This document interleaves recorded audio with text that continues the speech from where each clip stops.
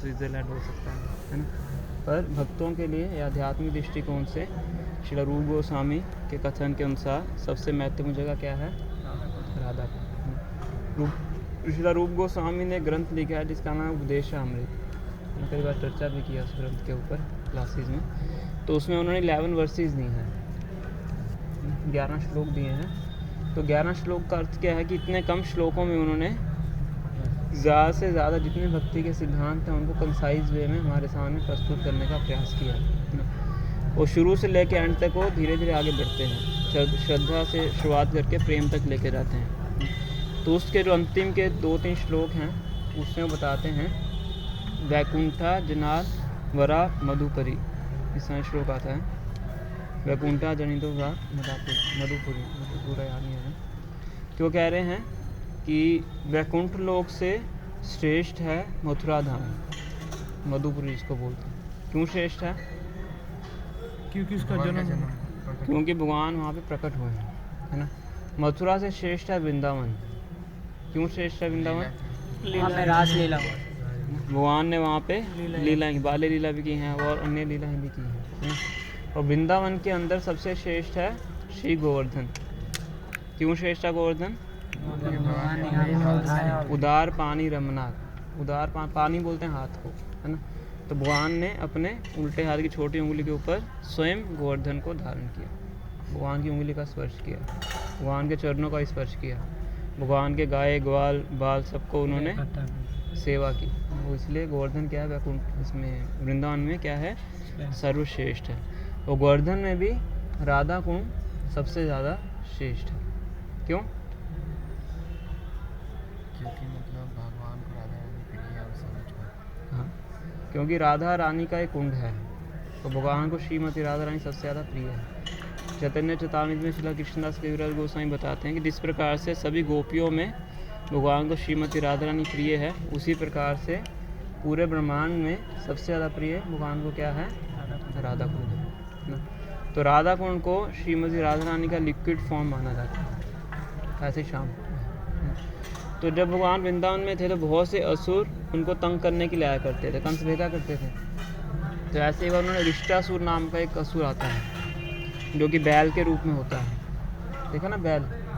तो रिष्टासुर असुर होते हैं, उनका सिद्धियाँ होती हैं, कोई भी रूप धारण कर लेते हैं। जैसे अगासुर सांप के रूप में आया था, बगासुर बत्तख के रूप में आया था, है ना। वत्सासुर एक बछड़े के रूप में आ गया था। तो ऐसे रिष्टासुर आते हैं बैल के रूप में, बहुत ही भयानक तरीके से आते हैं, पूरा उनका वर्णन आता है ना। तो भगवान क्या करते हैं? उसका वध कर देते हैं, बहुत ही आसानी से उसका वध कर देते हैं ना। अब बैल क्या है? गोवंश है, तो पूजनीय है।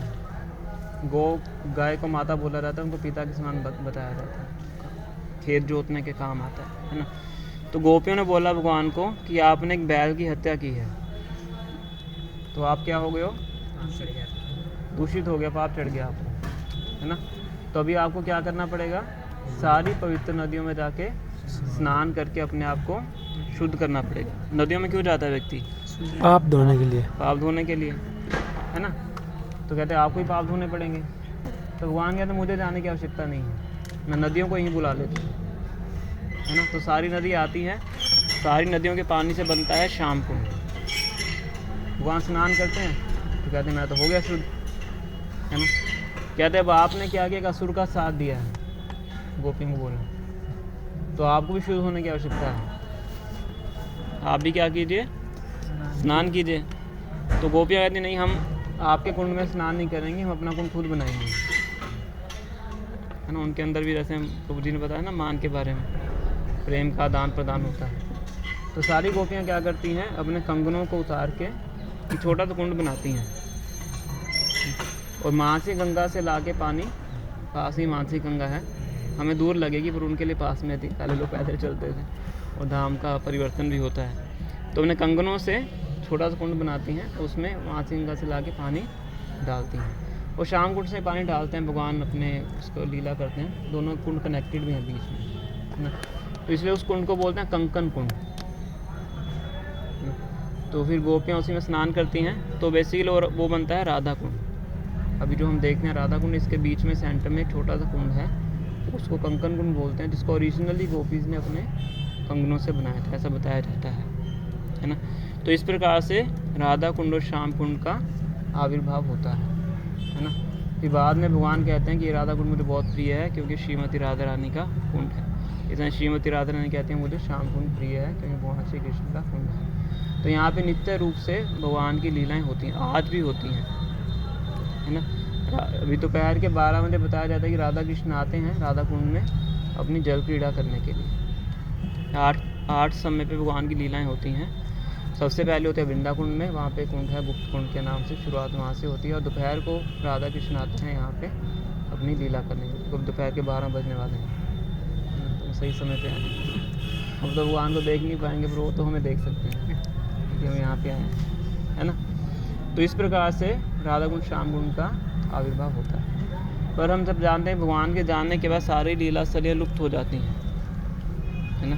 आज से 5000 साल पहले भगवान आए थे। तो फिर जब 500 वर्ष पहले भगवान श्री चैतन्य महाप्रभु आते हैं धराधाम में, तो वो भी वृंदावन में आते हैं। पहले से हमने चर्चा किया।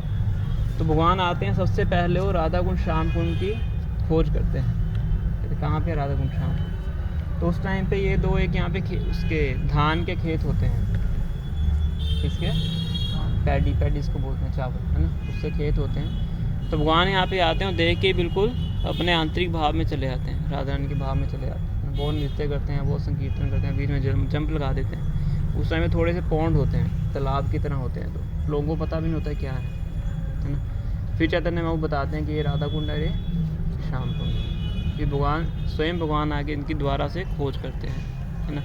फिर हमारे 6 गोस्वामी में से एक आचार्य हैं श्री रघुनाथ दास गोस्वामी। तो वो यहाँ पे आते हैं चैतन्य महाप्रभु के डिसअपियर होने के बाद, वृंदावन में आते हैं और राधा कुंड के तट पे रह के भजन किया करते थे, है ना।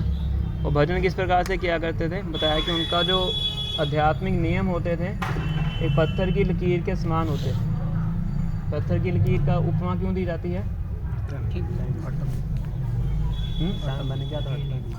लकीर खत्म नहीं होती, है ना। पत्थर की आपने लकीर खींच दी, पत्थर टूट सकता है पर लकीर खत्म नहीं होती, है ना। इसी प्रकार से रघुनाथ दास गोस्वामी के वाव होते थे। हम तो बहुत बार वाव लेते हैं, है ना। थोड़ी सी कठिनाई होती है उसमें परिवर्तन कर देते हैं या उसको ख़त्म कर देते हैं, है ना। पर वो जो एक बार वाव ले लेते थे उसको पूरा करते थे, है ना। तो राधा कुंड के तट के ऊपर बैठ कर जप किया करते थे। एक बार सनातन गोस्वामी आते हैं तो क्या देखते हैं, जहाँ वो जप कर रहे हैं उसके साथ एक शेर पानी पी रहा है। उनको ध्यान ही नहीं था, पूरा अपने जप में एब्जॉर्ब थे। फिर थोड़ी देर और आगे क्या देखते हैं, भगवान श्री कृष्ण खड़े हुए लाठी लेके। कौन खड़े हैं, क्या लेके, इसलिए कि ताकि रघुनाथ दास गोस्वामी को डिस्टर्बेंस ना हो। सनातन गोस्वामी इस प्रकार से देखते हैं, है ना। तुमको बताते हैं कि आपको कुटिया बनानी चाहिए, है ना।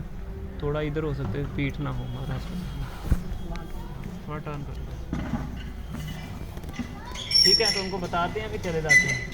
फिर एक बार दोबारा फिर आते हैं सनातन गोस्वामी, देखते हैं कि दोपहर का समय शिला भक्ति स्वरूप दामोदर गोस्वामी महाराज की जय। तो दोबारा फिर एक बार सनातन गोस्वामी का आना होता है।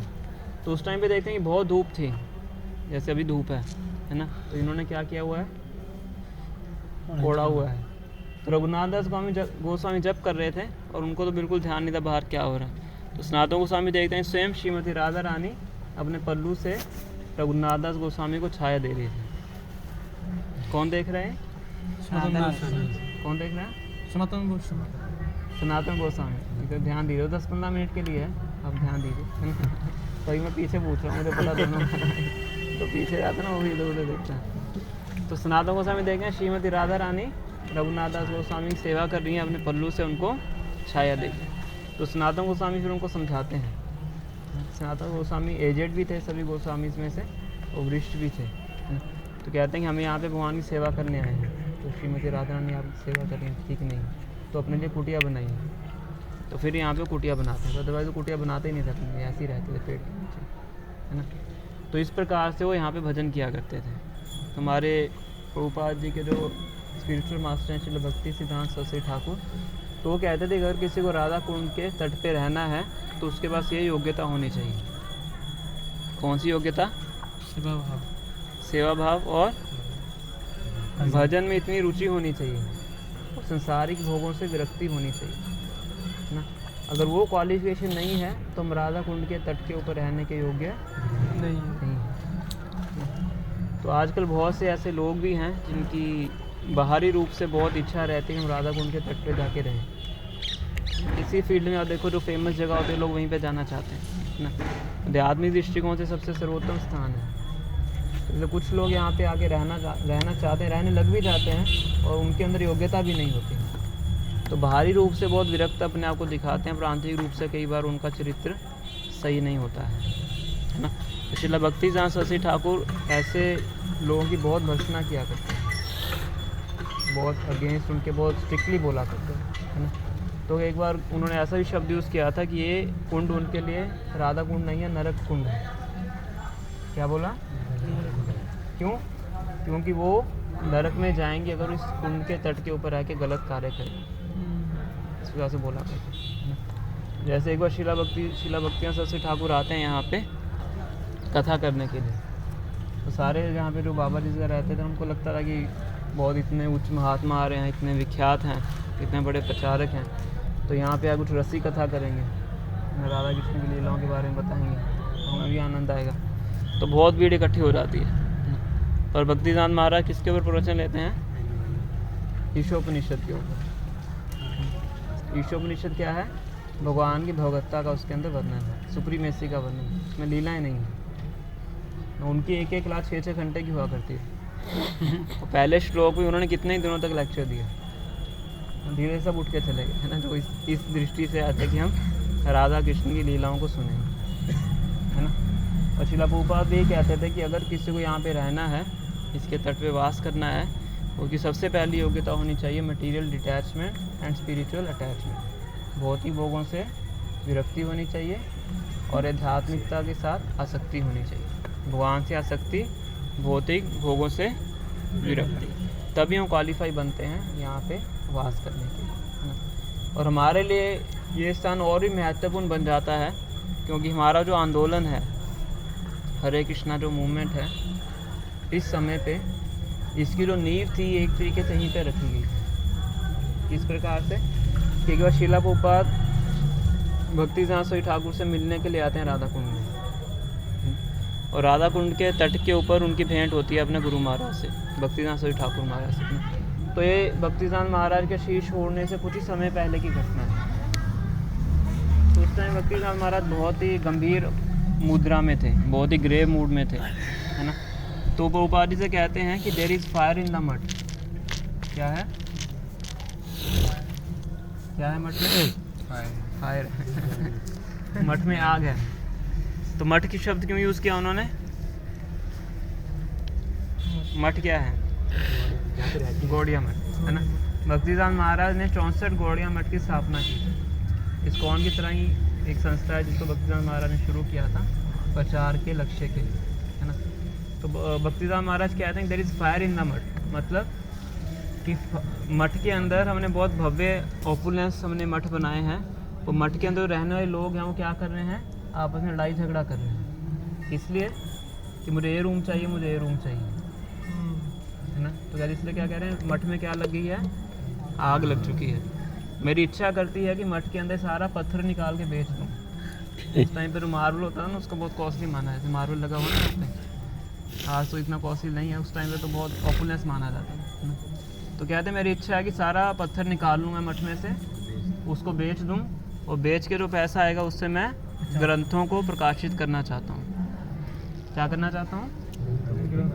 बुक्स प्रिंट करना चाहता हूँ और उनका डिस्ट्रीब्यूशन करना चाहता हूँ। और उस टाइम पे वो श्रील प्रभुपाद को एक आदेश देते हैं, और जिस आदेश को श्रील प्रभुपाद पूरे जीवन तक भूलते नहीं हैं, अंतिम सांस तक। वो कहते हैं if you ever get money print and distribute books. और कभी भी आपको धन की प्राप्ति हो, क्या करना है? किताबों का प्रकाशन करना है और किताबों का वितरण करना है। ये आदेश किन्होंने किनको दिया?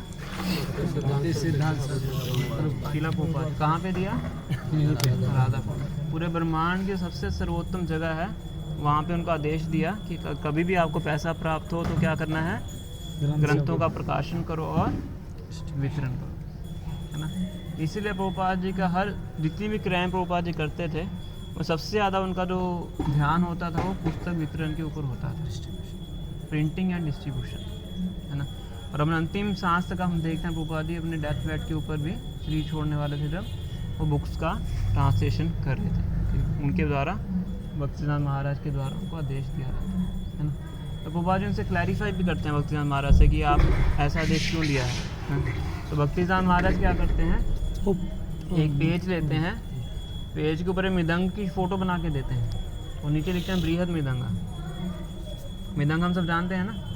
तो अगर हम यहाँ पे मृदंग बजाएंगे उसकी आवाज़ कहाँ तक जाएगी, वहाँ तक आसपास जा सकती है ना, उसके बाद आगे नहीं जाएगी, है ना। तो भक्तिसिद्धांत महाराज कहते थे कि तो पुस्तक वितरण है, क्या है, बृहद मतलब बड़ा, बड़ा मृदंग है, मतलब इसकी आवाज़ पूरे विश्व में जाती है। किस चीज़ की आवाज़, पुस्तक वितरण की। आपने यहाँ पे बुक बांटी, किसी को हो सकता है व्यक्ति यूएसए में ले जाए, वहाँ पे जाके कोई उस बुक को पढ़े और भक्त बन जाए, और ऐसा हो भी रहा है ना। तो इसीलिए प्रभुपाद जी अगर कोई बुक डिस्ट्रीब्यूशन के स्कोर्स बताता था, अगर वो आज बीमार भी होते थे उठ के खड़े हो जाते थे बुक्स डिस्ट्रीब्यूशन के स्कोर्स को सुन के, उनको इतनी प्रिय थी। वो अपने शिष्यों को कहते थे, if you want to please me distribute my book, मेरी किताबों को बांटी, क्योंकि उनके गुरु का उनको आदेश था, है ना। और जिस बस में हम आए वो बस क्या है, बुक डिस्ट्रीब्यूशन की बस है, डिस्ट्रीब्यूशन के लिए ही बनी है। अभी मैराथन भी आने वाला है दिसंबर में, तो हमारे जो बुक डिस्ट्रीब्यूटर चले जाएंगे, नवंबर में चले जाएंगे ना, 18 नवंबर नहीं अभी जा रहे हैं 1 तारीख, 10 तारीख दिन के लिए, उसके बाद दोबारा फिर आगे 18 तारीख को जाएंगे, सीधा जनवरी में वापस आएंगे 50 दिन के लिए, 40-50 दिन के लिए, है ना। प्रभुपाद जी के आदेश का पालन करने के लिए, है ना। प्रभुपाद जी ने अपने गुरु महाराज का आदेश का पालन किया, उनके शिष्यों ने प्रभुपाद जी के आदेश का पालन किया, और अभी जो वर्तमान में भक्त हैं वो अपने गुरु के आदेशों का पालन करके पुस्तक वितरण अभी भी कर रहे हैं, है ना।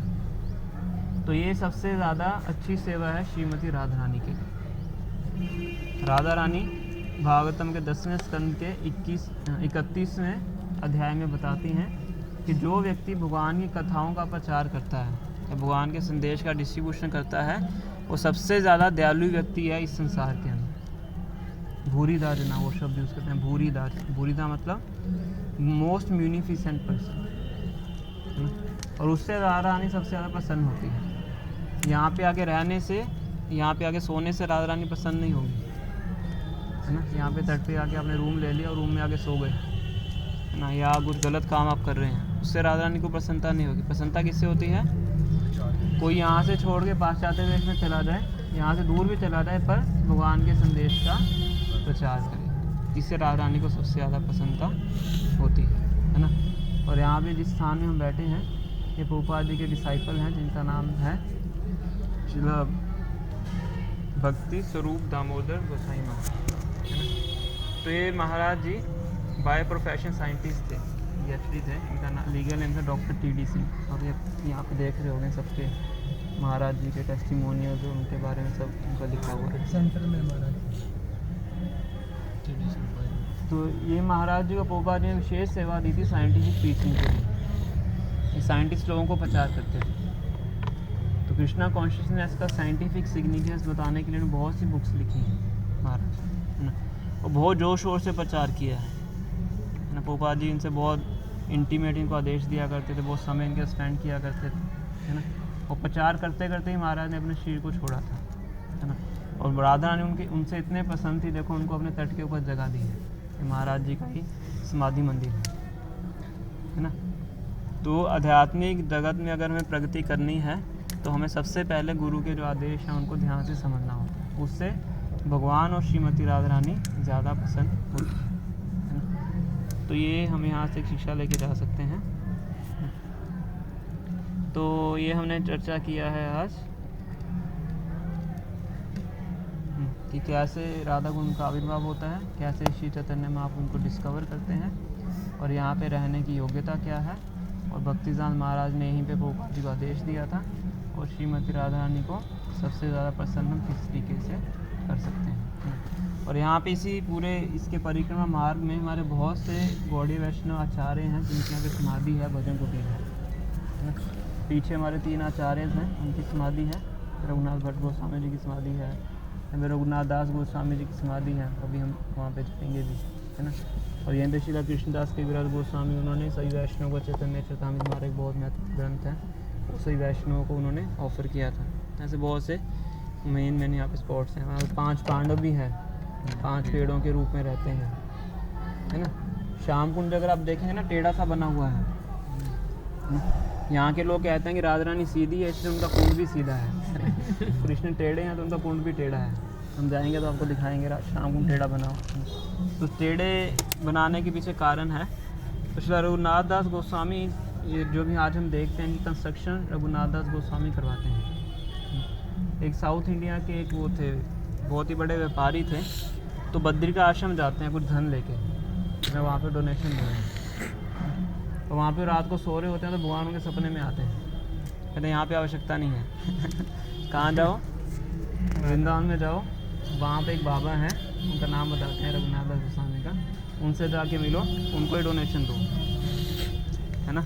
तो भगवान को पता है डोनेशन कहाँ देनी चाहिए, तो भगवान खुद बताते हैं, भक्तों को डायरेक्ट करते हैं। तो यहाँ पे आते हैं व्यापारी, रघुनाथ दास गोस्वामी से मिलते हैं और रघुनाथ दास गोस्वामी को ही भगवान बताते हैं इस इच्छा के बारे में।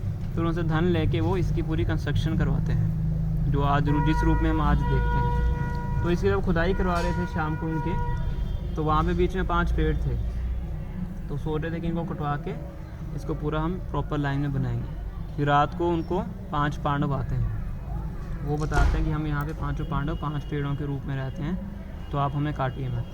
तो इसलिए वो काट के इस प्रकार से टेढ़ा करके उसको कुंड को बनाते। आज भी आप देखेंगे तो श्याम कुंड टेढ़ा बना हुआ। पेड़ तो शायद अभी नहीं है, शायद 1-2 पेड़ बचे हुए हैं, यहाँ से देखें हैं शायद 1-2 5 पेड़ तो नहीं है। तो ऐसे और भी बहुत महत्वपूर्ण यहाँ पे स्थान आते हैं, है ना। तो अभी हम पूरे एरिया की परिक्रमा भी करेंगे, राधा कुंड में जाके आचमन भी करेंगे, श्याम कुंड में आचमन करेंगे, है ना। और इस एरिया में बहुत से आपको वो भी दिखेंगे, पंडास भी दिखेंगे, जो आपसे धन वगैरह ही मांगेंगे, है। तो थोड़ा आप अपना केयरफुल रहिएगा, कोई कुछ बोलेगा भी आपको, हमारी बात सुनो, तो आप हमें किसी की बात सुननी नहीं, है ना। जैसा हमने बताया, कुछ लोग अच्छे भी हैं, कुछ लोग डिस्ट्रैक्टेड भी हैं, डिविएटेड भी हैं, तो हमें अपना बचाव करना है, ठीक है। रघुनाथ गोस्वामी की समाधि पे जाएंगे हम, जालना माता की बैठक है,